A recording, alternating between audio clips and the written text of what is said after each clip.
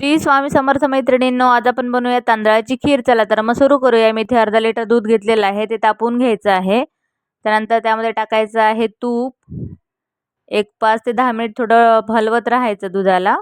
त्यानंतर त्यामध्ये मी टाकलेलं आहे इथे भिजवलेले थोडे तांदूळ आहे, ते मिक्सरमधून थोडे जाडसर काढायचे आणि मिश्रणामध्ये टाकायचे आहेत.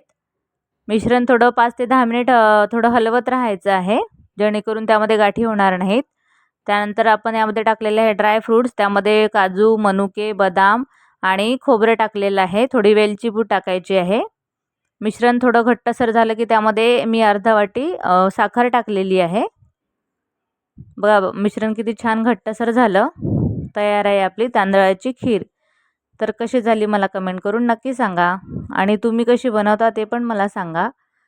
तुम्हाला जर माझ्या रेसिपीज आवडत असतील तर प्लीज चॅनलला सबस्क्राईब करा, लाईक करा आणि शेअर करायला विसरू